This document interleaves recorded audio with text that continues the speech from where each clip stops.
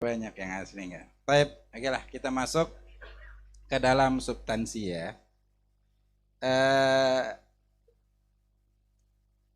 kita udah masuk di malam keberapa ini? Malam ke-8 Sya'ban. Insyaallah malam ke-8 Sya'ban. Jadi bulan Sya'ban ini Nabi perintahkan untuk perbanyak sholat, puasa. Pastinya sholawat dari Quran juga karena di bulan ini. Jadi dalam satu hadis Nabi bersabda, "Idza kana lailatun nisfi min Sya'ban fagumu lailataha wa sumu naharaha." Ini udah khusus malam nisfu Sya'ban. Apabila uh, sudah masuk malam nisfu Sya'ban, maka berdirilah kalian di malam harinya, yaitu memperbanyak ibadah. Dan berpuasalah kalian siang harinya. Fa innallaha yanzilu fiha li ghurubi syamis ila sama'id dunya. Sungguhnya Allah turun di malam itu dari terbenamnya matahari. Bukan Allah ya, rahmatnya Allah maksudnya. Kalau zat Allah nggak disifatin naik dengan turun, karena itu sifat makhluk, dan Allah itu mukhalafatul lil hawadits. Rahmatnya Allah turun ke sama dunia. Ada yang mengartikan malaikatnya Allah turun ke langit dunia. Fayagul, kemudian mereka berkata, ala min mustaghfir fa'aghfiralah. Adakah orang yang meminta ampun maka akan aku ampunin. Ala min mustarzik fa'arzikuha fa'arzikuhu fa'urzikuhu, maka akan aku berikan rezeki. Yang minta rezeki akan aku berikan rezeki. Ada nggak kita doanya khusyuk di malam nisfu Sya'ban? Coba aja, kalau nggak dapat ya coba lagi. Ala mubtalin fau'afi. Ada orang yang kena dalam keadaan sakit, maka akan aku sembuhkan penyakitnya. Ala kada hatta yatla'il fajar. Disebutin siapa yang minta ini sampai terbitnya fajar. Baik. Ini disebut rahmatnya Allah itu turun di malam nisfu Sya'ban. Ada yang ngomong, ada hadis yang sahih, setiap malam rahmatnya Allah itu turun. Bedanya apa? Bedanya itu di 2/3 kalau ini dari terbenamnya matahari, nas hadis ini. Jadi sepanjang malam. Ya enggak? Kalau 2/3 malam kita baru tidur, orang salat subuh aja jam 8. Pindah jadwal dan rutin lagi, Masya Allah, istiqomah. Jam segitu sholat subuh. Nah, malam ini Allah kasih dari terbenamnya matahari sampai terbitnya fajar. Jadi banyakin doa. Kumpulin doa sebanyak-banyaknya, doa malam itu. Cuman berdoa yang lebih cepat diijabah kalau paham maknanya dan dia menginginkan dengan hatinya. Jadi meminta bukan dengan lisannya, akan tetapi hatinya juga mengiringi permintaan tersebut. Itu lebih cepat diijabah. Dimulai dengan hamdalah, kemudian sholawat, dan diakhiri juga dengan hamdalah dan sholawat. Apalagi di 1/3 malam, apalagi setelah sholat, itu lebih cepat diijabah. Suatu malam Sayyidatuna Aisyah cari Nabi nggak ketemu. Dan malam itu kan Nabi istrinya ada 9. Setiap malam itu kan ganti-gantian. Nah malam itu harusnya malam di rumahnya Sayyidatuna Aisyah, nggak ada. Akhirnya nyari, takut pergi ke tempat istrinya yang lain. Pas beliau cari, rupanya Nabi ada di perkuburan Baqi. Baqi itu kan dari masjid nggak jauh. Rumahnya istri Nabi itu di sekitaran masjid. Kalau sekarang udah masuk di pelataran masjid. Perkuburan Baqi. Nabi kepalanya sedang menengadah ke atas. Menengadah. Jadi kalau di Tarim itu sebelum malam nisfu Sya'ban, sorenya ziarah ke Zambal. Habis asar ziarah dengan rangkaian ziarah. Habis ziarah baru ke masjid Jami'nya, masjid agungnya, sholat maghrib di situ. Habis itu Habib Salim baca Yasin 3 kali dengan niat-niat yang berbeda, sama kayak kita di sini, persis. Habis itu baru Habib Salim ceramah tentang keutamaan malam nisfu Sya'ban. kemudian berdoa. Nah, Nabi ditemuinya ketika di Baqi. Ya, nah, jadi ada isyarah di situ. Nabi menjawab, wahai Aisyah, apakah engkau, ya Nabi tahu kan berarti, apakah engkau menyangka Allah dan Rasulnya tidak akan atau mengurangi hak kamu? Ya beliau takutnya memang kayak gitu. Apakah engkau enggak tahu malam ini adalah malam nisfu Sya'ban? Allah ampunin dosa sebanyak bulu kambingnya Bani Kaleb. Jadi Bani Kaleb itu kabilah di Arab yang paling banyak punya kambing, atau ratusan ribu atau jutaan. Jadi yang diampunin dosanya itu sebanyak bulu, satu kambing tuh bulunya udah berapa?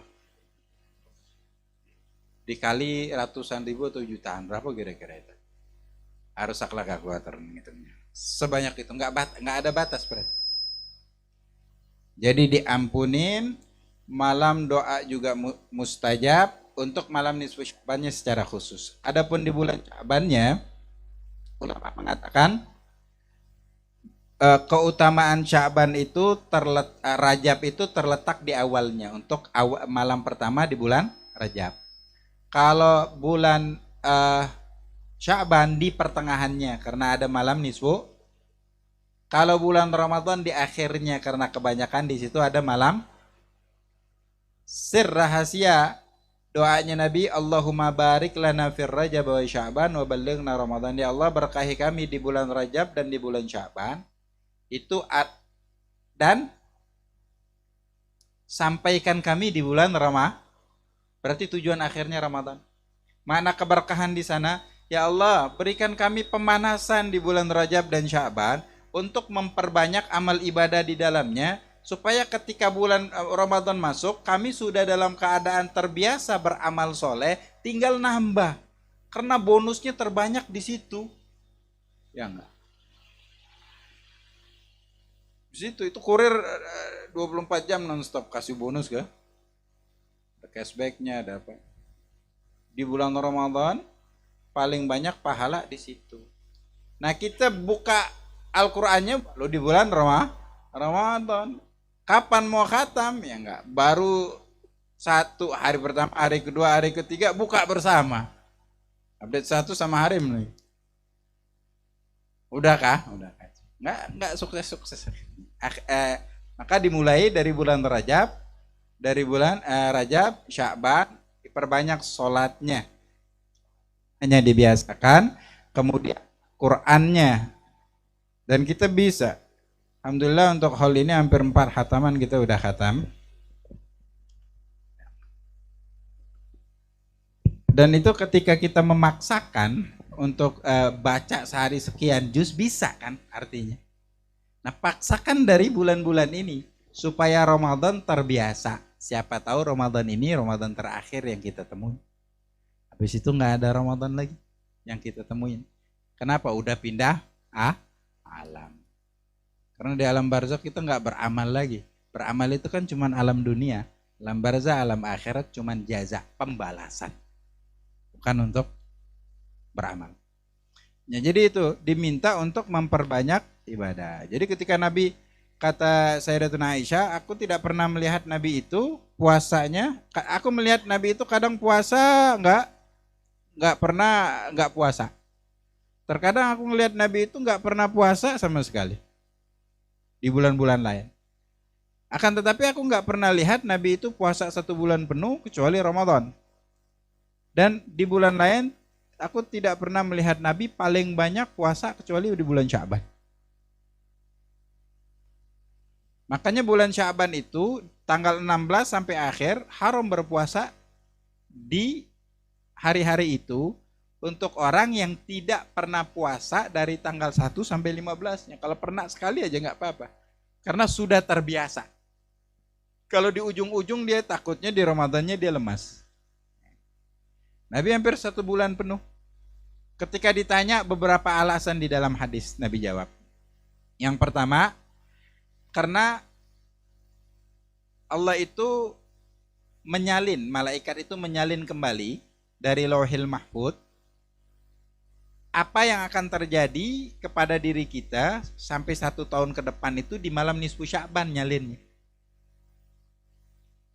Dan amal ibadah kita ini diangkat seminggu 2 kali, Senin sama Kamis. Makanya Nabi puasa di situ. Nah, alasan Nabi puasa kenapa? Karena ini pengangkatan 1 tahun, aku ingin ketika ditulis kembali amal perbuatanku yang akan dilakukan di hari 1 tahun nanti, dan diangkat amal ibadahku dalam keadaan puasa. Itu alasannya. Yang kedua, kata Nabi, karena bulan ini bulan yang orang-orang itu banyak ghafil, lalai.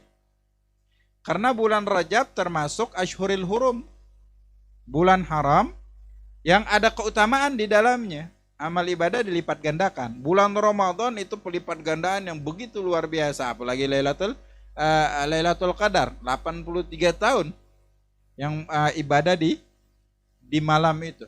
Ini pelipat gandaan yang tidak akan pernah ditemui di bulan-bulan yang lain, di hari-hari yang lain. Nah, karena banyak yang lalai, karena nggak ada keutamaan khusus, maka Nabi lebih giat memperbanyak ibadah di bulan Sya'ban ini. Intinya tadi selaras dengan hadis yang tadi. Doa, Allah berkahinlah kami di bulan Rajab dan Sya'ban, sampaikan kami di Ramadan, supaya pemanasan. Orang kalau mau bertanding, itu semakin dekat pertandingan, latihannya semakin lebih serius lagi kan.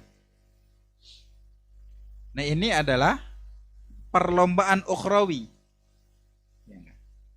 Fastabiqul khairat dalam Quran. Wasari'u ila maghfiratin min rabbikum wa jannatin arduha as-samawati wal ard. Disuruh berlomba-lomba di dalam berbuat baik. Ini berlomba untuk mendapatkan kebaikan. Cuman ini hadirkan dulu keimanan di dalam hati, kita bisa merasakan hal itu. Jadi kita berlomba untuk mendapatkan hal-hal tersebut. Nah, jadi inilah bulan Sya'ban.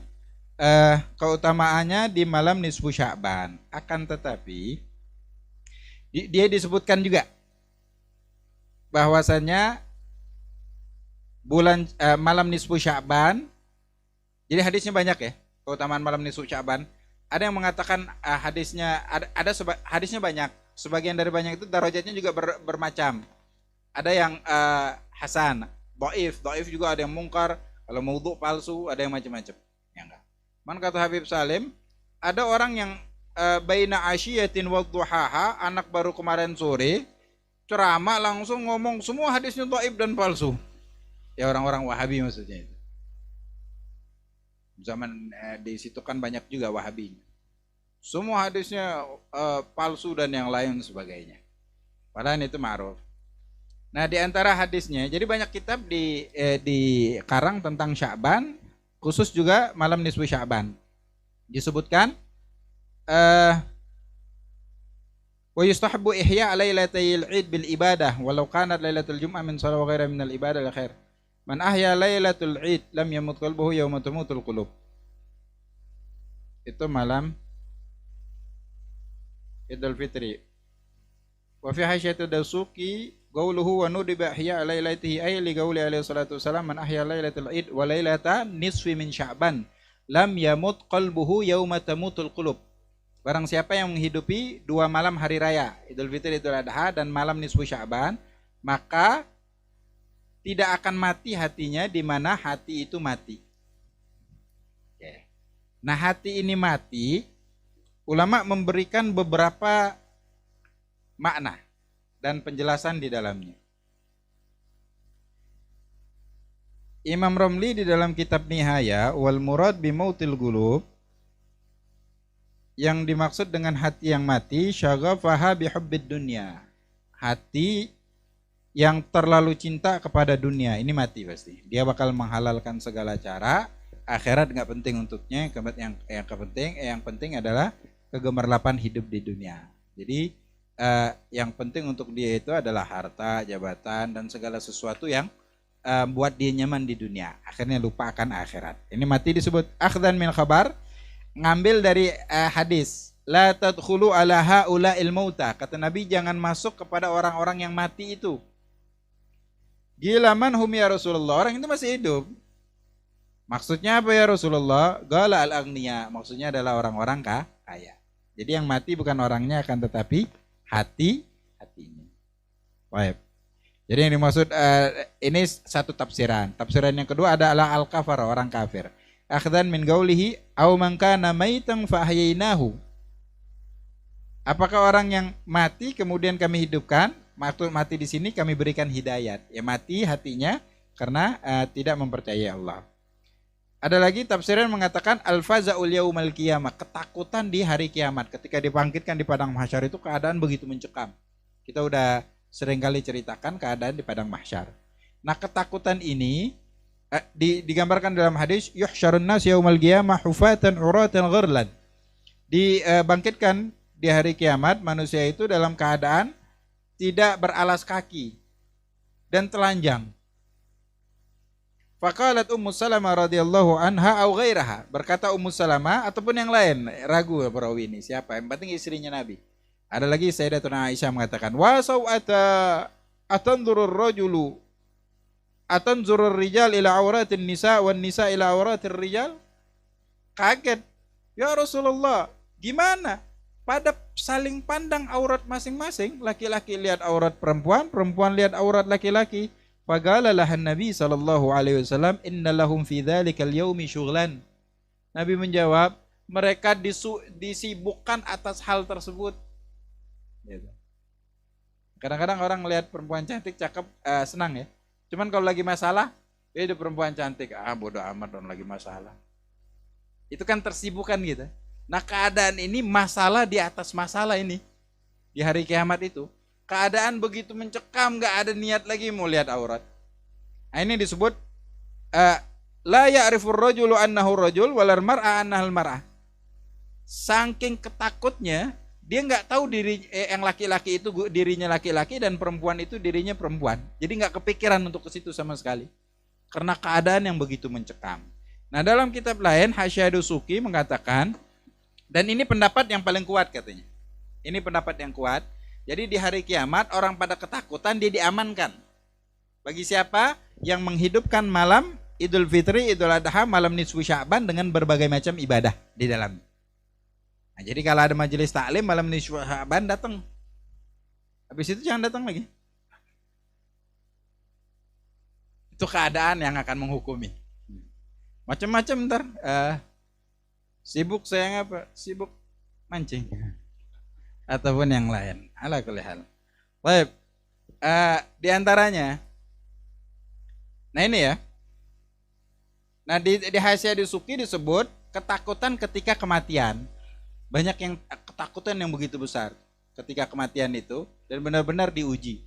Nah, orang yang menghidupkan malam Idul Fitri, malam Idul Adha, malam nisfu Sya'ban atau salah satunya dengan berbagai macam ibadah, dihilangkan rasa takut itu. Jadi aman ketika dicabut nyawanya. Hadzal akhir huwal mutamadir. Yauma tamutul qulub. Jadi hadir ngumpul untuk majelis taklim ya. Oke, majelis taklimnya setengah jam, ngobrolnya 2 jam, ngobrol ngalur ngidul. Nah, itu jangan. Mendingan pulang tidur aja kalau gitu. Daripada yang diomongin orang lain apa semua, ghibah dan yang lain sebagainya. Baik. Tafsiran lain disebut itulah beberapa tafsiran yang matinya hati. Nah, ulama itu pecah di zaman tabi'in itu. Ada yang menghidupkan malam ini dengan berbagai macam ibadah, jenisnya macam-macam. Ada yang mereka karena hadis belum dibukukan pada saat itu kan. Ada yang nggak sampai katanya, nggak ada hadis itu karena belum dibukukan. Karena pembukuan terjadi setelah itu hadis. Nah, sebagian yang sampai hadisnya seperti ulama Basra, mereka menghidupkan bahkan di malam hari itu sepanjang malam lampu itu hidup, lampu tempel kan pada saat itu. Ada yang sholat, ada yang baca Quran, macam-macam ibadahnya. Jadi semalam suntuk. Akan tetapi kata ulama minimal dikategorikan menghidupkan malam dengan ibadah adalah dengan sholat isya berjamaah dan niat untuk sholat subuh berjamaah. Ini sesuai hadis sahih diriwayatkan Imam Muslim, man shallal isya fil jamaah faka'annama qama nisfal lail.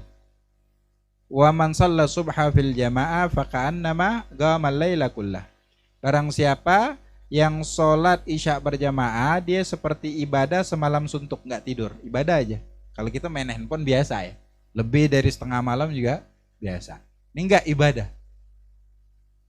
Barang siapa sholat subuh berjamaah seperti ibadah satu malam suntuk. Cuman ini untuk sholat subuh aja, bukan berarti penyempurnaan dari sholat isya, enggak. Jadi kalau sholat isya dan sholat subuh berjamaah seperti ibadah satu malam setengah pahalanya. Jadi minimal malam nisfu Sya'ban, sholat subuh, sholat isyanya berjamaah, besok malam tetap berjamaah. Bukan berarti nggak usah berjamaah, enggak. Cuman pahalanya lebih besar lah, terkategori menghidupkan ibadah. Nah kalau kita ini ya minimal cari majelis taklim, majelis maulid. Jadi tepat juga majelis maulid untuk memperbanyak sholawat di bulan-bulan nisfu Sya'ban ya enggak. Biasanya Ramadan pada libur maulid semua kan, nggak ada yang maulidan.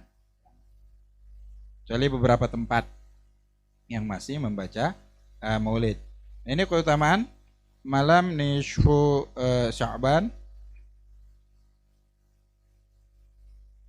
Jadi dianjurkan untuk berdoa. Adapun doa yang dibaca sama Yasin, kan membaca doa setelah membaca Al-Quran itu adalah salah satu tempat diijabah doa setelah membaca Al-Quran. Kenapa dipilih Yasin? Karena Yasin banyak keutamaannya, disebut Qalbul Quran, banyak keutamaan di dalamnya. Kenapa? Di sana banyak cerita tentang alam barzah. Supaya kita ingat, cuman kita baca nggak paham maknanya.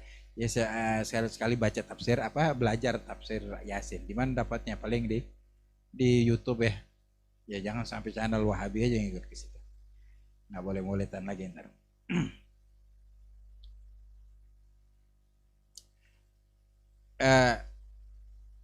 Perintah khusus dalam hadis nggak ada. Perintah khusus dalam hadis nggak ada. Bid'ah ya bid'ah, cuman bid'ah hasanah. Yang mengatakan semua bid'ah dhalalah kan cuman mereka berdasarkan satu hadis, nggak mau dengerin hadis yang lain. Ya, terserahlah urusan Anda itu. Cuman itu bid'ah hasanah. Yang perlu kita ketahui, bid'ah itu bukan hukum syar'i. Hukum syar'i kan cuma 5. Di antaranya haram ya. Nggak ada disebut bid'ah. Haram, makruh, sunnah, mubah, wajib. Itu kan hukum syar'i. Bid'ah itu bukan hukum syar'i. Sebut bid'ah adalah bid'ah hasanah. Ya enggak.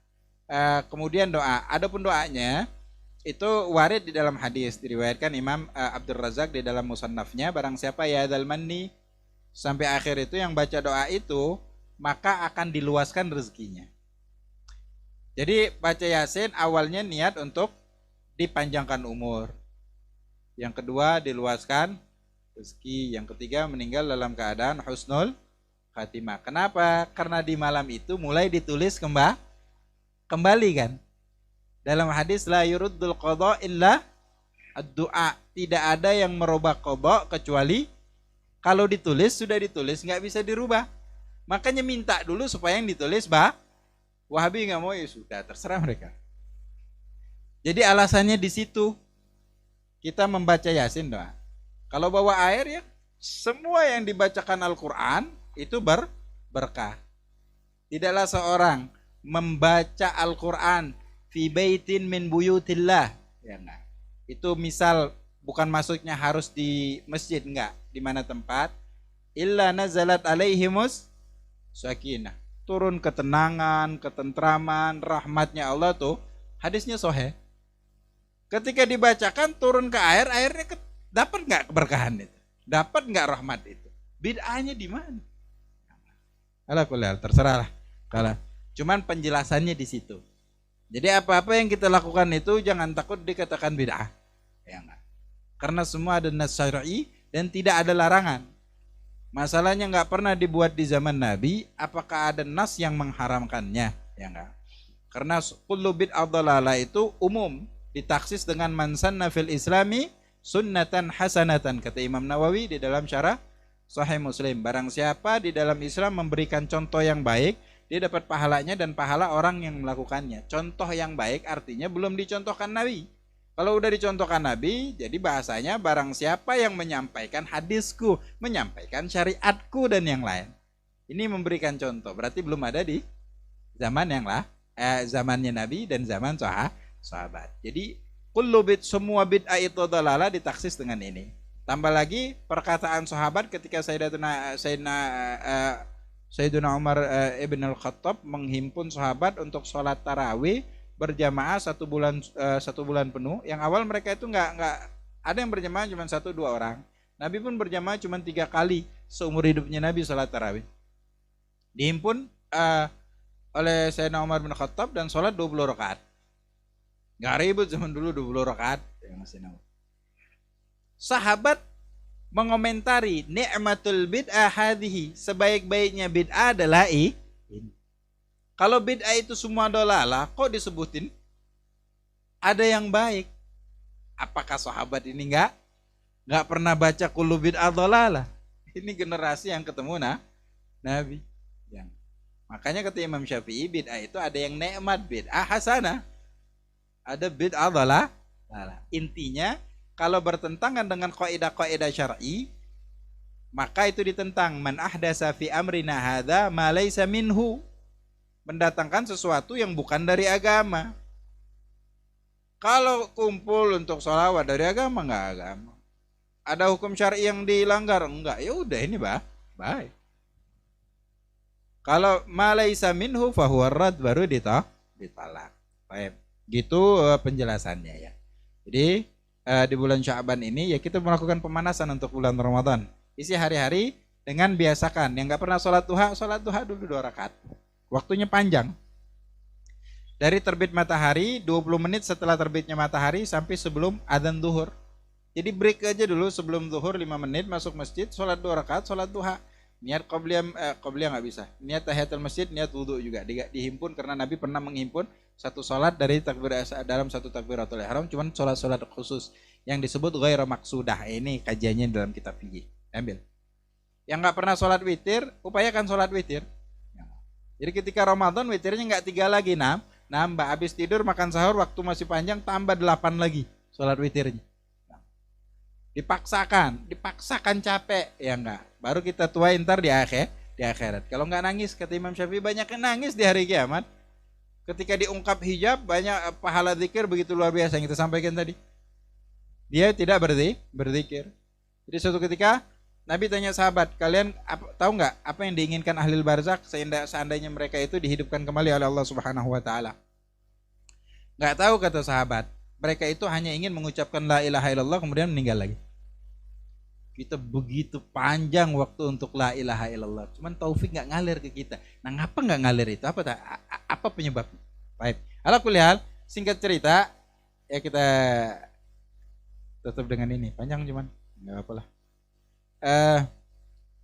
Kan diampunin dosa, doa diijabah di malam nisfu Sya'ban kecuali beberapa golongan. Nah, dari berbagai macam hadis didapatkan yang pertama adalah musyrik, ya pasti enggak diijabah, enggak ada ini. Yang kedua adalah musyahid, orang yang benci satu aja muslim. Kita bencinya berapa? Sekian, dan kemungkinan akan bertambah lagi seiring bertambahnya waktu. La yu'minu ahadukum hatta yu'mina li akhihi ma yuhibbu li nafsihi. Tidaklah seorang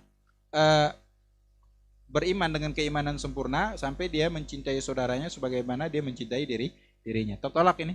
Ya, nah. Jadi memang Nabi itu menitik beratkan untuk supaya setiap mukmin itu hatinya bersih. Karena kalau hatinya bersih, obat tidurnya enak, malah nggak perlu minum obat lagi. Karena nggak banyak yang dipikirin. Ya enggak. Ini lagi senang-senang lihat musuh di depan mata, jadi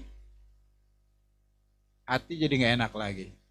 Kenapa? Terlalu banyak orang yang dia benci. Jadi ini pemanasan sebelum malam nisfu Sya'ban, hilangkan dulu.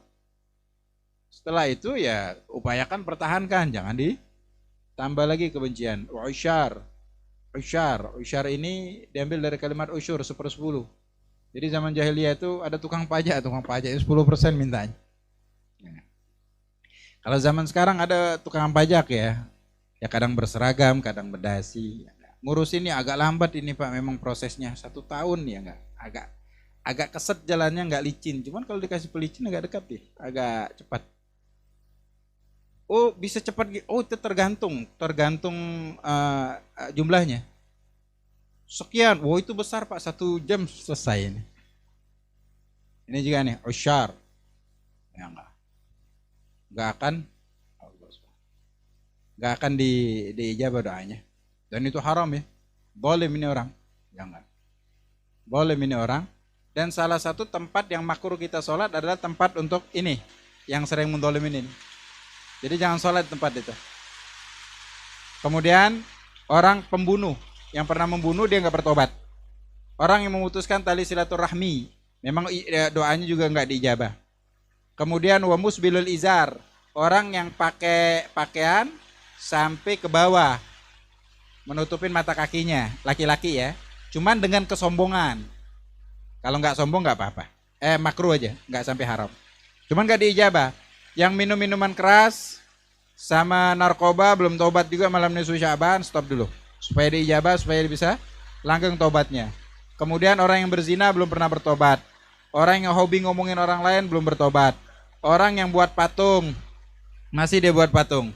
Wa'agun, orang yang durhaka kepada kedua orang tua, jangan malam nisfu Sya'ban. Tiap hari juga nggak diijabah ini.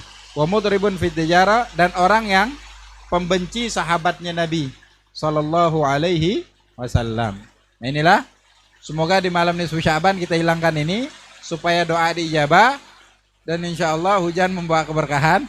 Semua hajat kita diijabah oleh Allah Subhanahu Wa Taala. Dan kami ucapkan terima kasih untuk semua yang membantu kesuksesan di dalam acara ini, dari penempatan, konsumsi, untuk sound dan yang lain sebagainya. Saya mewakilin keluarga Sahibul Hol, keluarga besar Sahibul Hol, mengucapkan banyak-banyak terima kasih. Semoga secepat kilat Allah membalas di dunia dan di akhirat. Hakadha minni wal afu minkum. Assalamualaikum warahmatullahi wabarakatuh. Alhamdulillah rabbil alamin. Allahumma shalli ala sayyidina Muhammadin wa ala ali sayyidina Muhammad. Allahumma aslih dhata bainina wa alif baina qulubina wahdina subul salam wa najjina minadh dhulumati ilan nur wa janibna al fawahisha ma dhahara minha wa ma batan. Allahumma barik lana fi asma'ina wa absarina wa qulubina wa azwajina wa dhurriyyatina wa tub alaina innaka antat tawwabur rahim. Waj'alna syakirina li ni'matika mutnina biha qabilina lahawatim alaina. Rabbana atina fid dunya hasanah wa fil akhirati hasanatan wa qina adzaban nar. Wa sallallahu ta'ala ala sayyidina Muhammadin nabiyyi wa ala alihi wasallam. Walhamdulillahi rabbil alamin.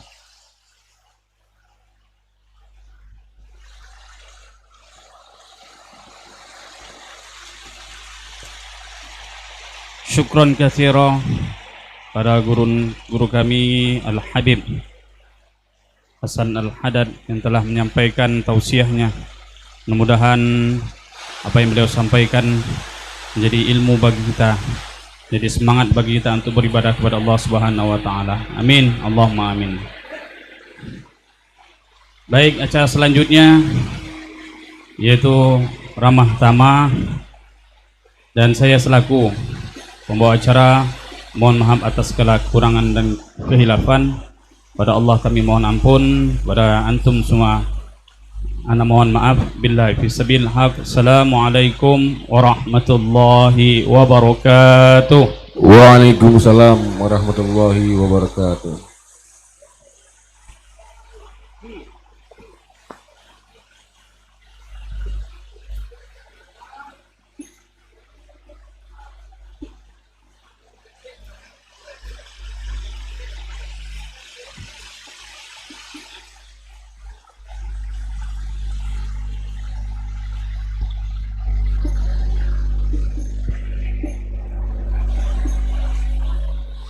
اللهم صل وسلم وبارك عليه وعلى آله.